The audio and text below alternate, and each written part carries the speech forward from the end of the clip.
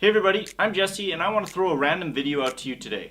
I know it's kind of odd that this is probably the first video on my channel right now. We actually have a bunch of videos that we're preparing and we're going to be releasing our channel soon. But because this is kind of a relevant issue that is time dependent, I kind of want to share it with you now before we release the rest of our channel. Just a little bit of information about us. There's two of us on this channel, me and Ayaka. We're trying to create a resource for those of you who want to come to Japan, move to Japan, learn more about Japan, all that kind of stuff. And, you know, just our general experiences in Japan. So this video loosely ties to that. I'm Canadian, I've been living in Japan for about 3 years now, and I'm a big gamer. So this video is going to describe one of the struggles of being a gamer in Japan if you don't really speak much Japanese. For those of you who are Nintendo fans, you especially know this. For years they've had region locks on all of their games, and this is going to kind of highlight this. Now, if you've been following Nintendo's news, they just released the game Splatoon 2. I, being one of the very few people who actually bought a Wii U, I love Splatoon 1 and I couldn't wait for the second one to come out. So doing some simple math, Japan is 16 hours ahead of North America Pacific Standard Time. So we could kind of get Splatoon 2 release around 4 o'clock p.m. our time. So I was waiting to get a digital copy. Usually I prefer, just for collection purposes, to buy a physical copy, but you know, I wanted to play it sooner than later, and I wanted to kind of stream it that day. My only options really for getting a physical copy that is, you know, non-Japanese is to import it off Amazon. There's a few shops around Tokyo, but they're so expensive. So this video is going to highlight all the difficulties of being a gamer in Japan if you're from North America. This probably applies to Europe as well. And here you go. One disclaimer, I filmed this immediately as I was able to actually download the game. So the video quality is kind of rough, it's in my studio, and just deal with that. Hey guys, I'm going to show you a quick video on basically how mental it is for me to try to buy Splatoon 2 on release day. I live in Japan, and I'm from Canada, and I have a North American account. So if you don't know anything about Splatoon, Splatoon 2 is released, you know, globally on the same day. So right now it just was released about 44 minutes ago. But the Japanese version, for some reason, doesn't have English support. There's no English language support. So I have to buy a digital code.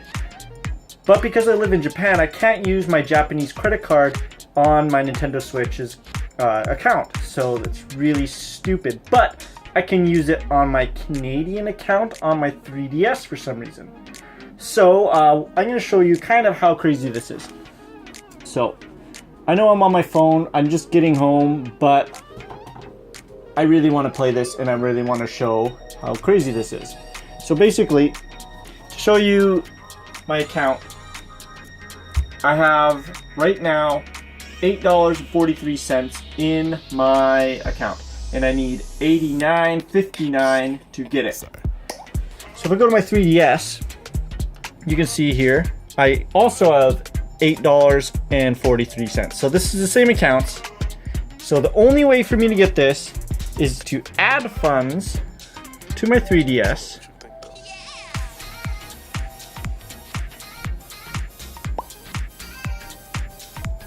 So you can see here, here's my balance. I'm going to use my credit card. I don't want to show you what my credit card is. So put in the password. There's the total balance after I add $100. Boom. $100, so now I have $108.43.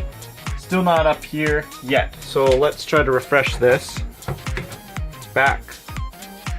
Then let's proceed again. This is really hard to do with one hand. And there you go. Now I have it on my account. So that's how crazy this is to play, to be a gamer, a Nintendo gamer, even in Japan. I can't play the games on release day. I have to either A, import it, which would have been actually more expensive than that, and I would have to wait a week to 2 weeks, or I have to jump through all these hoops. So you basically have to own a 3DS, get an account, then you can actually upload your Japanese credit card. If I had a Canadian credit card still, I could have used that, but I don't because I live in Japan. So there you guys go. That's how mental it is living in Japan and being a Nintendo gamer is. See ya. So yeah, that was my experience trying to get the game. It all worked. It downloaded. It took about 2 hours, and I played the heck out of it for that whole day and the whole next night. I had no issues playing the game, so that was great. I'm not going to get too much into the details of my thoughts of Splatoon 2 because that's not what this video is for. But I do want to give a shout out to my channel in general. We're getting really close to releasing our channel, and we do have a lot of videos filmed and published already, but they're just unlisted. We're just preparing our website as well as a few other things before we release our whole company to the public. So please, if you want to catch those, please subscribe, please follow us on social media, and you can get a little bit of sneak peek into what we're working on before we release anything. Thanks so much for checking us out, and I hope to see you soon. See ya!